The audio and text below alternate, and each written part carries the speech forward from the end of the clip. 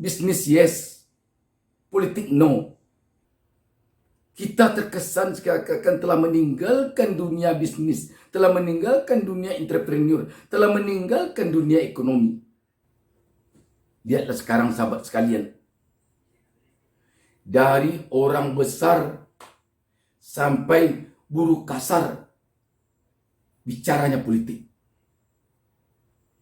Dari orang pintar sampai orang terlantar, bicaranya tentang politik.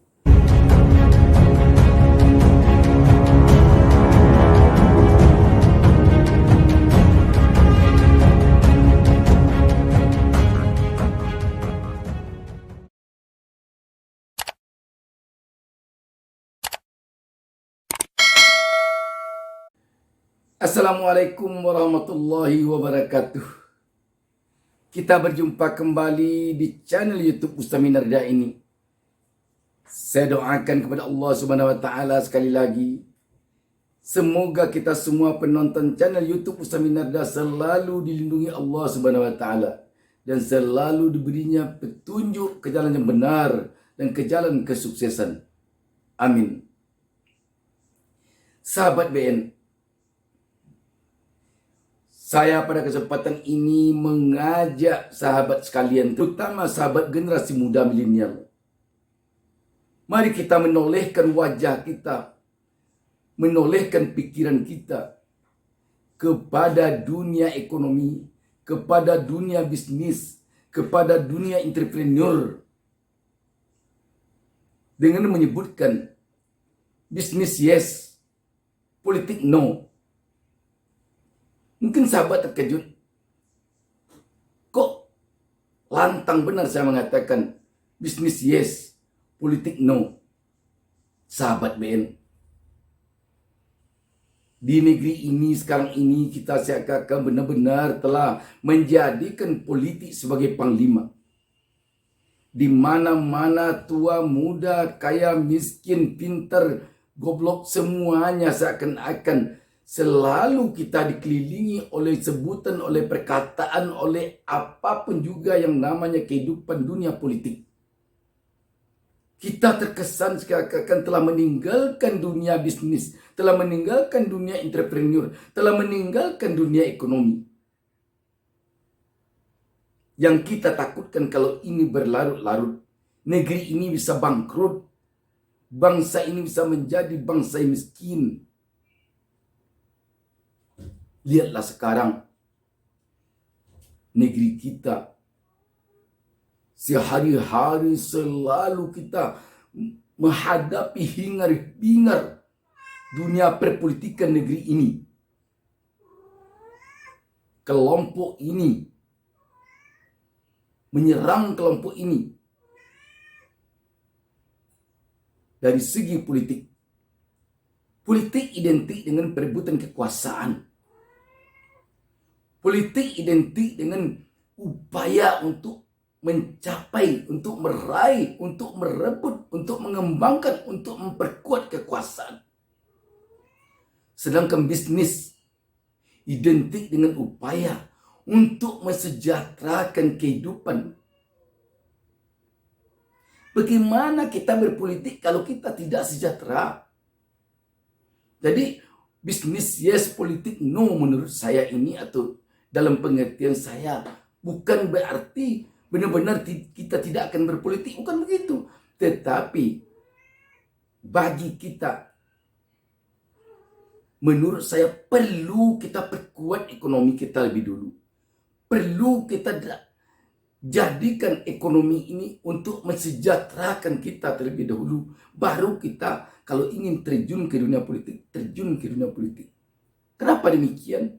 Karena politik tanpa kesejahteraan itu nanti akan menjadikan politisi itu kerjanya makan-memakan, tipu-menipu, curang-mencurangi. Kalau bangsa ini masih bangsa yang belum sejahtera, tetapi dia telah menjadikan politik sebagai panglima, kekuasaan yang dicapainya nanti adalah kekuasaan yang berorientasi untuk mencari kekayaan.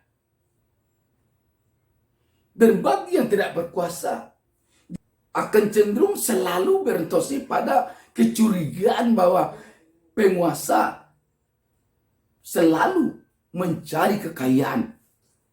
Kenapa demikian? Karena memang beranjak dari ketidaksejahteraan dia. Bagi yang berkuasa pun demikian, cenderung bahwa dia berkuasa untuk meraih kekayaan. Kenapa demikian? Karena memang dia berkuasa beranjak dari untuk menginginkan menjadi orang kaya, menjadi orang yang memiliki harta berlimpah. Lihatlah sekarang sahabat sekalian, dari orang besar sampai buruh kasar bicaranya politik. Dari orang pintar sampai orang terlantar bicaranya tentang politik. Dari profesor sampai tukang sol bicaranya tentang politik. Seakan-akan politik inilah sekarang ini yang menjadi darah kehidupan bagi kita di negeri ini. Bagaimana jadinya ekonomi kita nanti kalau kita begini? Bayangkan, masih tinggal sekitar 3 tahun lagi Pilpres. Tetapi kita sudah seakan-akan besok pagi mau pemilihan presiden. Ributnya tiap hari. Media massa seakan-akan tak luput atau nyaris tak berhenti dari pembicaraan tentang tahun 2024. Konten-konten YouTube seakan-akan isinya terkesan hanya tentang tahun 2024. Karena itu, kaum milenial sungguh sangat diharapkan agar berpikir, bertindak, dan berbuat untuk dunia ekonomi, untuk dunia bisnis, untuk dunia entrepreneur. Setelah Anda kaya nanti, masuklah ke dunia politik. Agar tidak niat Anda untuk menjadi koruptor. Agar misi Anda menduduki jabatan tidak mencoleng uang negara supaya Anda jadi orang kaya. Politik penting untuk kelangsungan kehidupan bangsa ini dan negara ini, perlu politik. Tetapi politik saja terus, saya kira akan kurang menguntungkan bagi kelangsungan bangsa dan negara ini.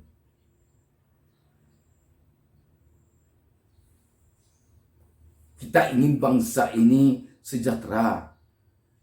Untuk mensejahterakan bangsa ini, salah satu upaya atau mungkin satu-satunya upaya yang harus dilakukan adalah bagaimana mensupport generasinya untuk mencintai dunia bisnis.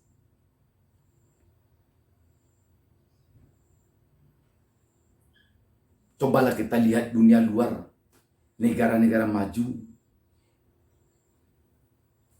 Warganya selalu bergerak di dunia bisnis. Setelah dia sukses, baru dia masuk ke dunia politik. Sehingga dunia politik ini bagi politisi, bagi penguasa di negara-negara maju, betul-betul untuk dunia pengabdian. Sehingga kalau dia terlibat korupsi, dia langsung mau mundur. Kalau dia diisukan saja korupsi, dia tarik diri, dia mundur. Kenapa? Dia menjadi seorang penguasa, menjadi seorang politisi, baginya pengabdian. Makannya tidak di sana. Apalagi niat untuk mencari kaya, baginya tidak ada di sana. Tapi di negeri kita, coba kita lihat. Korupsinya sampai ke uang untuk dana sosial juga dikorup untuk orang miskin. Kan dikatakan, dia kan sudah kaya. Kayanya bagaimana? Dia kaya, tapi orang sekelilingnya perlu dia biayai. Dia tidak mau membiayai dengan uang dia, maka dibiayainya dengan uang ini. Artinya apa? Boleh dikatakan 1.000 politisi, saya kira paling banyak mungkin 100 yang sudah kaya raya, paling banyak. Yang saya bicarakan ini bukan hasil survei, tetapi ini perkiraan saya. Dari 1.000 orang politisi kita, saya yakin mungkin susah mencapai yang sudah kaya raya itu 100 orang di antaranya. Bayangkan, kalaupun dalam 1.000 orang politisi itu sudah kaya misalnya 500, masih belum pantas di negeri sebesar negeri kita ini. Kita bicara politik melulu, meninggalkan dunia ekonomi, meninggalkan dunia bisnis. Kenyataannya, lihat negeri kita sekarang. Bagaimana kondisi ekonomi negeri kita ini sekarang ini. Lihat. Lihat dengan hati yang jernih. Lihat dengan pikiran yang jernih. Bukan lihat dengan kecintaan kita kepada dunia politik. Bukan dilihat dari segi politiknya. Bicara Indonesia sudah sejahtera, kalau di dunia politik biasa saja. Tapi real di dunia ekonomi, coba kita perhatikan. Dari 271 juta penduduk Indonesia, berapa persen yang sudah sejahtera? Coba lihat, berapa persen? Berapa persen yang hidupnya susah, yang hidupnya miskin, bahkan yang hidupnya di bawah garis kemiskinan? Perlu ini kita renungkan. Dan sekarang saya ajak penonton, walaupun mungkin penonton saya 1 orang, mungkin penonton saya 2 orang, mungkin penonton saya 3 orang, tetapi bagi saya sangat besar artinya kalau ada penonton, sahabat sekalian, 1 orang saja yang menonton video saya ini, bagi saya sudah bersyukur saya. Lebih baik saya mulai dari 1 orang daripada tidak saya mulai sekalipun mengatakan ini. Maka dari itu, kepada generasi muda saya sampaikan, kepada kaum milenial saya sampaikan, kalau nanti menjadi penguasa tidak akan korup, tidak akan makan uang negara, tetapi akan memberikan uang Anda kepada negara. Katakan saat ini, bisnis yes, politik no. Demikian. Wassalamualaikum warahmatullahi wabarakatuh.